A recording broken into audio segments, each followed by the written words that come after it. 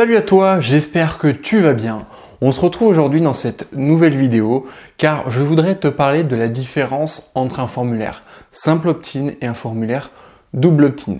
En plus, ce qu'il faut savoir, c'est que le formulaire simple opt-in et double opt-in prend une grande importance suite au passage de la loi RGPD. Donc je vais t'expliquer à la base à quoi servait un formulaire simple opt-in et double opt-in avant la loi RGPD et maintenant à quoi sert un formulaire simple opt-in ou double opt-in après le passage de cette loi RGPD. Alors, c'est parti. Donc pour faire simple, formulaire simple opt-in, c'est un email envoyé suite à l'inscription au formulaire. Le double opt-in, c'est 2 emails envoyés suite à l'inscription du formulaire. Donc on va mettre un exemple. Imaginons que tu as une page de capture. Sur cette page de capture, tu proposes par exemple un e-book gratuit et sur cette page de capture, tu as un formulaire de capture que tu as paramétré en simple opt-in.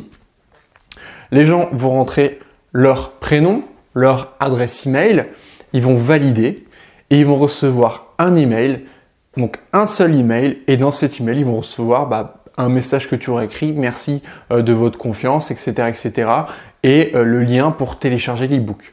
Ça, c'est pour le formulaire simple opt-in. Voilà, rien de bien compliqué.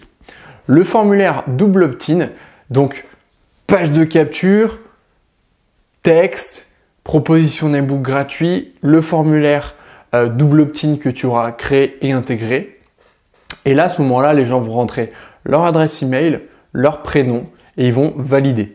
À ce moment-là, une fois qu'ils auront validé, ils vont recevoir un email qui va leur demander de confirmer leur inscription à la liste, et une fois qu'ils auront confirmé, ils vont recevoir un deuxième email où là il y aura le message en disant merci de votre confiance plus le lien de l'e-book. Quels sont les avantages et les inconvénients de faire du simple opt-in et du double opt-in? Le simple opt-in, c'est que du coup tu as qu'une seule étape, une inscription, un email, donc beaucoup plus de chances d'avoir des inscrits. Le double opt-in, c'est que une fois que les gens se sont inscrits, il faut qu'ils confirment leur inscription pour recevoir l'email qui va contenir le cadeau gratuit par exemple. En fait, cette idée de double opt-in à la base, c'est surtout pour une notion de qualification. C'est-à-dire que, par exemple, c'est pour confirmer que c'est bien une réelle personne qui s'inscrit à ta liste, qui veut télécharger l'e-book.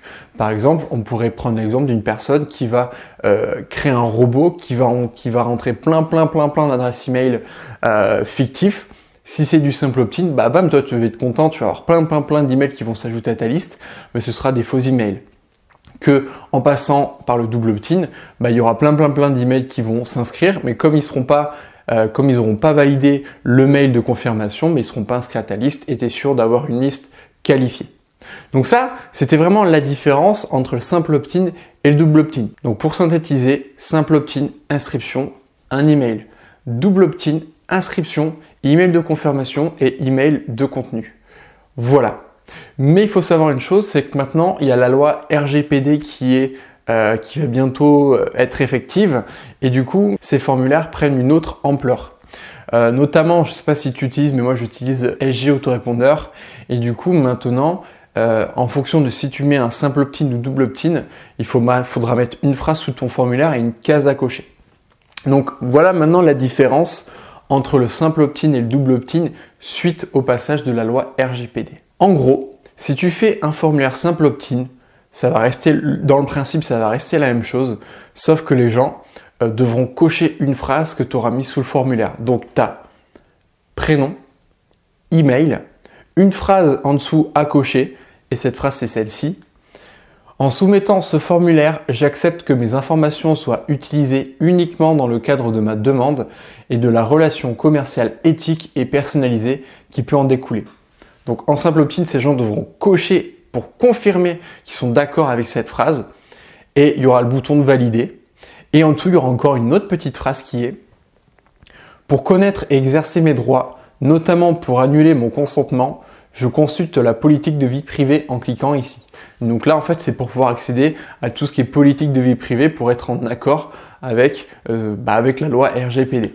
Donc voilà maintenant à quoi va ressembler un formulaire en simple opt-in. Et pour le formulaire en double opt-in, il va y avoir ces deux phrases, mais elles n'auront pas besoin d'être cochées parce qu'en fait, j'ai pas encore tout à fait la réponse, mais je pense que en fait cette phrase sera confirmée dans la confirmation dans le double opt-in. C'est-à-dire que ils vont remplir le formulaire, ils vont voir les deux phrases, pas besoin de les cocher, ils vont valider, ils vont recevoir un email de confirmation qui va aussi demander de confirmer cette phrase qui est en soumettant ce formulaire, j'accepte que mes informations soient utilisées uniquement dans le cadre de ma demande et de la relation commerciale éthique et personnalisée qui peut en découler.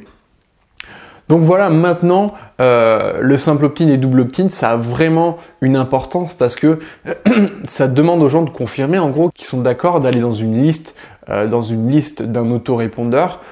Et tout ça, ça a vraiment pour but de protéger leurs données. Donc maintenant, ça a une réelle importance et à toi de voir si tu préfères pour ton business mettre du simple opt-in, mais ils devront cocher cette phrase, ou alors mettre du double opt-in et ça sera dans la confirmation d'inscription au formulaire, dans le mail de confirmation d'inscription à la liste. Voilà pour cette vidéo, j'espère qu'elle t'a plu, j'espère qu'elle t'a apporté une information, j'espère qu'elle t'a bien fait comprendre la différence entre le simple opt-in et le double opt-in et aussi cette conformité de ces deux opt-in, simple opt-in et double opt-in par rapport à la loi RGPD. Moi je te remercie d'avoir regardé cette vidéo, je te dis à très vite dans une prochaine vidéo. Avant de te quitter, n'oublie pas de t'abonner à la chaîne YouTube, de commenter, de partager et tu pourras voir si tu es intéressé dans la description, je te propose un coaching pour t'accompagner, pour développer et automatiser ton business. Si ça t'intéresse, tu vas directement dans la description. Tu as tout ce qu'il te faut pour faire ce coaching, pour t'inscrire à ce coaching. Et moi, je te dis à très vite dans une prochaine vidéo. Salut!